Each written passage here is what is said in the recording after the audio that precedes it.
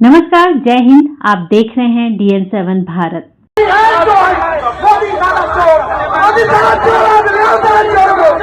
बिहार की धरती पर राजनीति हमेशा गर्माती रही है, लेकिन हाल के दिनों में ये गर्माहट मर्यादाओं की सीमाएं लांघते हुए अब शब्दों और व्यक्तिगत कटाक्षों तक पहुंच चुकी है। दरभंगा में प्रधानमंत्री नरेंद्र मोदी की मां को लेकर अभद्र भाषा का इस्तेमाल इसका ताजा उदाहरण है। राजनीतिक विरोधियों पर हमला करना लोकतंत्र का हिस्सा माना जा सकता है, लेकिन जब हमला परिवार तक पहुंचने लगे तो ये लोकतांत्रिक संस्कृति के लिए खतरे की घंटी बन जाता है।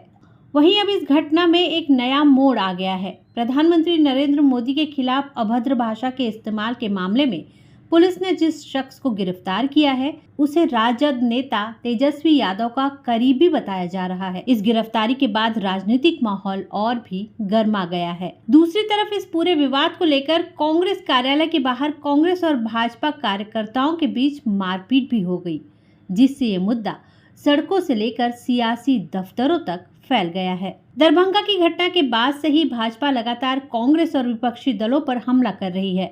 भाजपा का आरोप है कि प्रधानमंत्री और उनके परिवार के खिलाफ अमर्यादित भाषा का इस्तेमाल कोई संयोग नहीं बल्कि विपक्ष की सुनियोजित रणनीति है। पिछले दिनों बिहार के अंदर कांग्रेस और आरजेडी के राजनीतिक मंच में जिस तरह से कांग्रेस और आरजेडी के लोगों के द्वारा हमारे देश के यशस्वी प्रधानमंत्री श्री नरेंद्र मोदी जी के विषय में अभद्र भाषा का इस्तेमाल किया गया, ये कांग्रेस और आरजेडी की ओछी राजनीति को दर्शाता है। और कांग्रेस की हमेशा से संस्कृति रही है ओबीसी और आदिवासियों का अपमान करने का।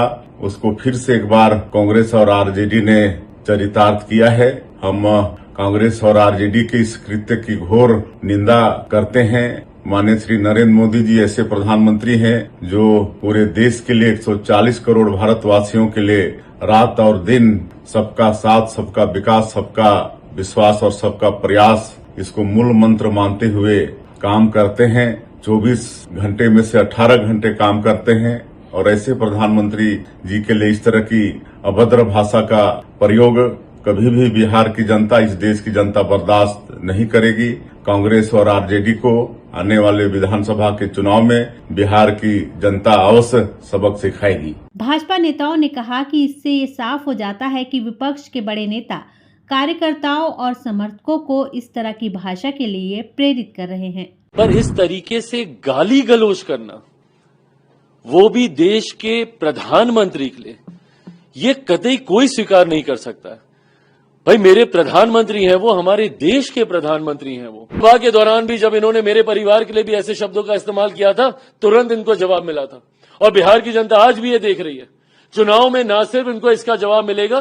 दरभंगा की इस घटना ने पूरे देश का ध्यान खींचा। प्रधानमंत्री नरेंद्र मोदी की मां को लेकर गाली गलौज ने बीजेपी कार्यकर्ताओं को आक्रोशित कर दिया। भाजपा नेताओं ने इसे कांग्रेस की मानसिकता से जोड़कर देखा और कहा कि ये उसी गिरती हुई सोच का हिस्सा है जिसकी शुरुआत राहुल गांधी ने संसद और जनसभाओं में प्रधानमंत्री के लिए अमर्यादित भाषा का इस्तेमाल करके की है।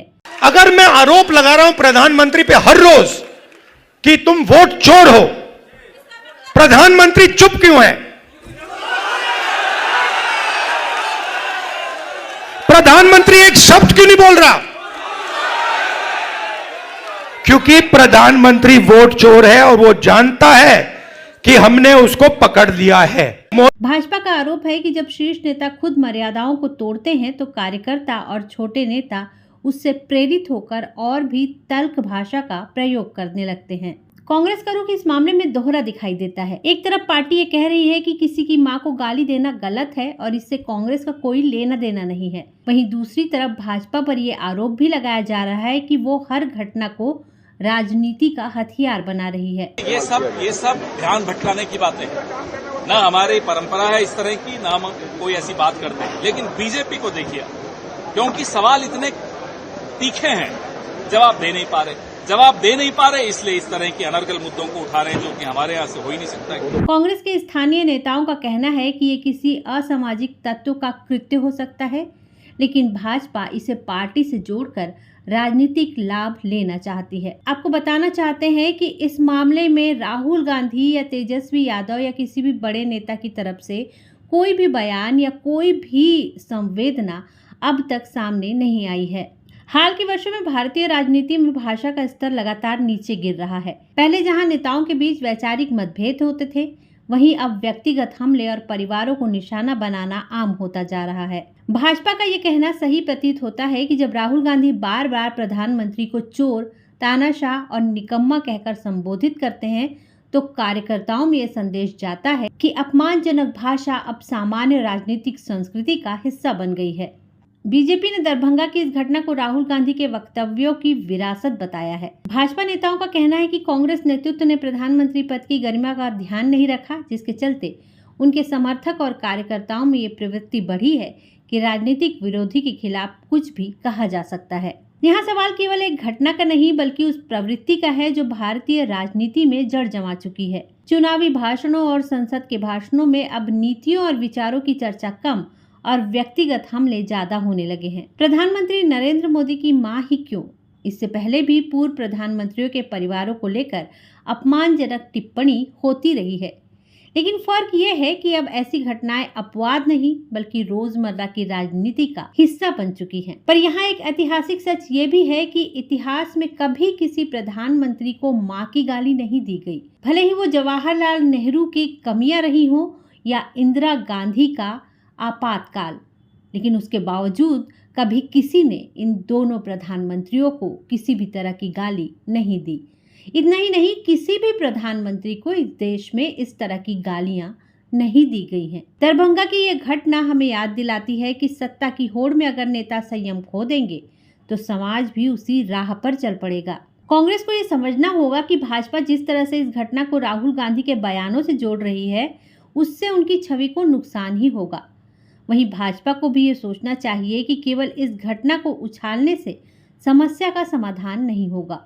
जरूरत इस बात की है कि सभी दल मिलकर एक आचार संहिता तय करें जिसमें परिवार और निजी जीवन को राजनीति से बाहर रखा जाए। दरभंगा की घटना केवल एक अपशब्द का मामला नहीं है बल्कि उस गिरते स्तर का प्रतीक है जिसने भारतीय राजनीति को घेर लिया है। भाजपा इसे राहुल गांधी की अमर्यादित भाषा की विरासत मानती है, जबकि कांग्रेस इसे भाजपा का राजनीतिक खेल बताती है। लेकिन सच यही है कि लोकतंत्र तभी मजबूत होगा जब नेताओं की भाषा शालीन होगी और विपक्ष व सत्ता पक्ष दोनों इस पर सहमत होंगे कि विचारों की लड़ाई परिवार और निजी जीवन से अलग रहनी चाहिए।